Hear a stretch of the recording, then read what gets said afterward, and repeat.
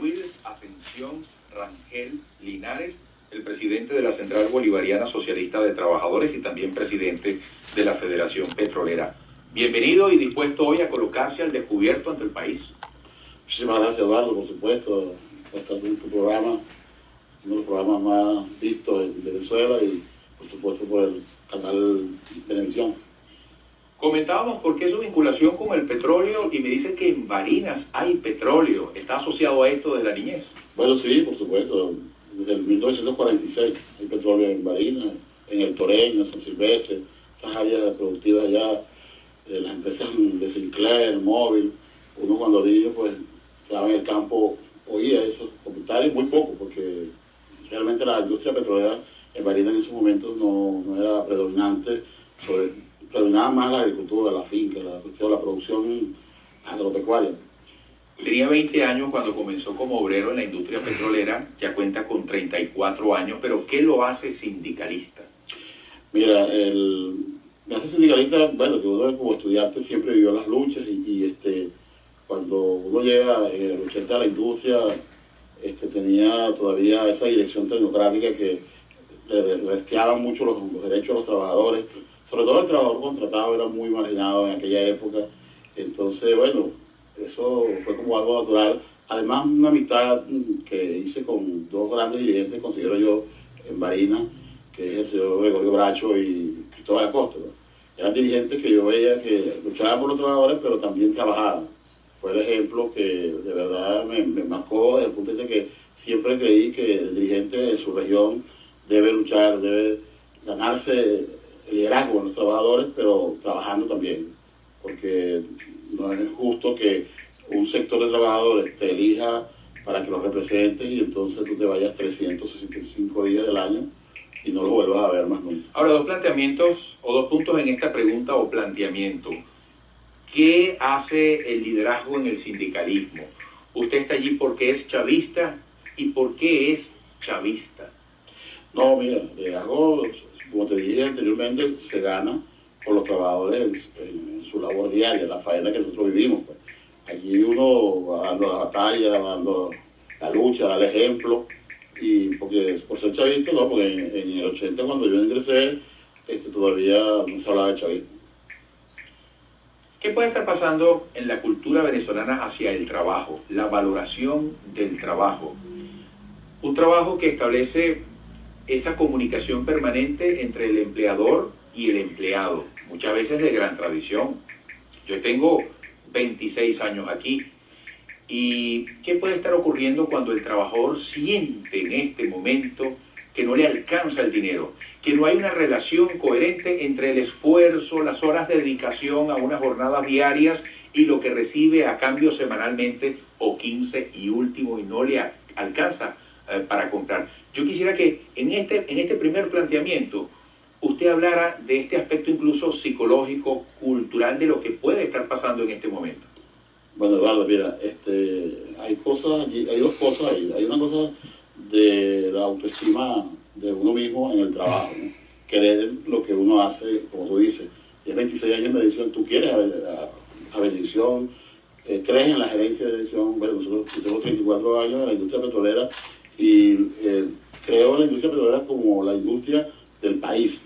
Y por supuesto, ahora más, después que llega el comandante Chávez y toma pues las riendas de que nos demuestra que la industria petrolera es del pueblo, es de nosotros, que somos dueños allí de la industria y bueno, desarrollamos todo el tema político, pero hay algo muy importante que es el liderazgo que debe existir desde la gerencia para abajo. O sea, el ejemplo, digo yo, parte del liderazgo para mí es el ejemplo, ¿no?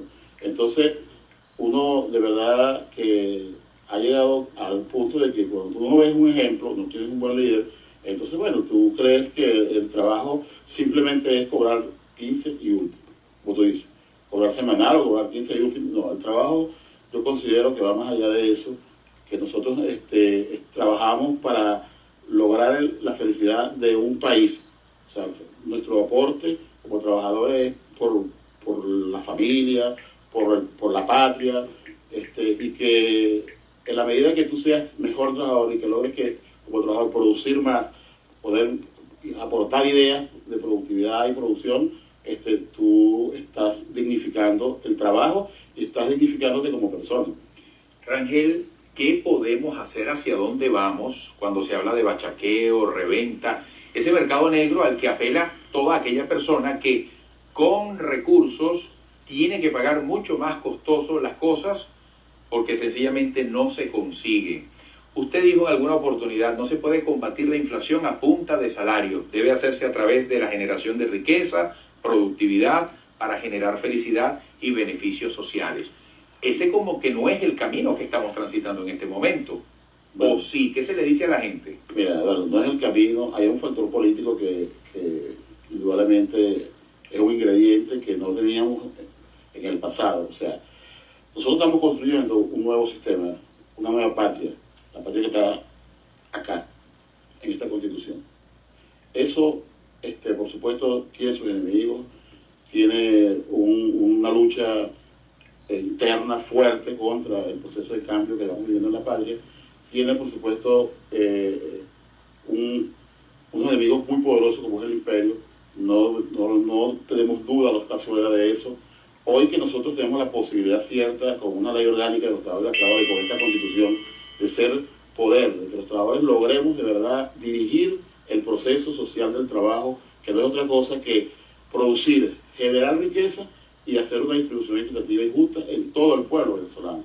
Nosotros hoy tenemos la necesidad de cada día elevar nuestra conciencia, entender que estamos construyendo la nueva patria, la patria que soñó nuestro libertador, la patria que impulsó el comandante Chávez. Eso no es una utopía, Eduardo, eso está aquí en la Constitución. Y yo creo que una de las cosas fundamentales que tenemos que hacer en los cuadros de la dirección de la clase obrera es estudiar la Constitución en la parte que está para los trabajadores y las trabajadoras y aprendernos la ley.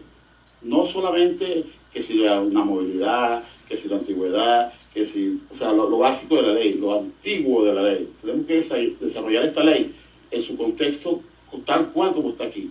Mira, por ejemplo, aquí en esta ley hay el artículo 367, le da 19 funciones del movimiento sindical. Ahora, Will Rangel, disculpa la interrupción, todo es culpa del imperio, todo es culpa de una guerra económica, todo es culpa del sector privado. El gobierno de Nicolás Maduro no tiene algo que decir en cuanto a alguna falencia, alguna imperfección, algo que haya que autocorregirse. Mira, nosotros, por te repito, nuestra guía es la Constitución al país que queremos construir. Nosotros no hemos negado nunca al empresariado. Los empresarios serios que quieren trabajar, y yo creo que hoy más que nunca es necesario sentarnos, trabajadores, con empresarios serios y el gobierno que quieran producir y que el país pueda apoyarlo y que nosotros como trabajadores le garanticemos la mano de obra efectiva, la mano de obra productiva, con conciencia, porque todos necesitamos. Hay una situación ahorita, porque ellos es un factor político, y por supuesto el factor político está deteriorando hasta la conciencia, porque tú cuando hablas de bachaqueo, estás diciendo pueblo contra pueblo. O sea, yo te bachaqueo los productos, los desconto para después vendértelos bien caros al mismo pueblo. Pero si analizamos el bachaqueo como la consecuencia de algo, porque si no hay causas, el bachaqueo no sería consecuencia. Bueno, ¿Es el bachaqueo un propósito, una planificación? ¿Qué hace la gente entendiendo, sabiendo, deseando que se aplique esta Constitución si en la calle se encuentra una situación distinta? Pero insisto, esta Constitución no le dice al propio gobierno, mira, te estás equivocando en esto está muy distinto a lo que dice aquí. Es que en ningún momento el Estado del gobierno se ha salido de la Constitución, Eduardo. El problema es que la Constitución le da poder al pueblo, le da poder a los que siempre fuimos invisibilizados, y ahí está el problema, porque los empresarios que siempre estuvieron el control de las divisas, el control del poder, controlaban los ministerios. Pero decir los empresarios no es una generalización injusta. No hay que agradecerle algo a los empresarios. Sí, Eduardo, vuelvo y te repito, hay empresarios que creen en la patria, que creen en Venezuela y están trabajando con el Estado. Yo estoy confiado en que ese empresariado patriota, ese empresariado que cree en su país, vamos a sacar adelante la situación de este país. Entre los trabajadores y los empresarios vamos a lograr que los empresarios, vuelvo y te repito, que crean en la patria, que sientan que si esta patria se nos va, ellos también van a ser víctimas, no solamente el pueblo. Entonces, Ahí está la situación, pero dentro de la Constitución. Lo único que el Estado venezolano, la revolución, como antes Chávez y hoy nuestro presidente Obrero pide, es que no nos salgamos de la Constitución. Vamos a la pausa. Dentro de la Constitución, en la próxima parte, bueno, todas las empresas que estaban en manos privadas fueron estatizadas, ahora están en manos del Estado y de muchas formas de organización popular. ¿Qué balance le muestran el país? ¿Por qué hay empresas que estaban mejor cuando estaban en manos privadas? Hay que hacer un reconocimiento en ese sentido y por favor, si Wills Rangel acepta eso, ¿cuáles son las razones? Nos lo dice al regreso, hoy al descubierto.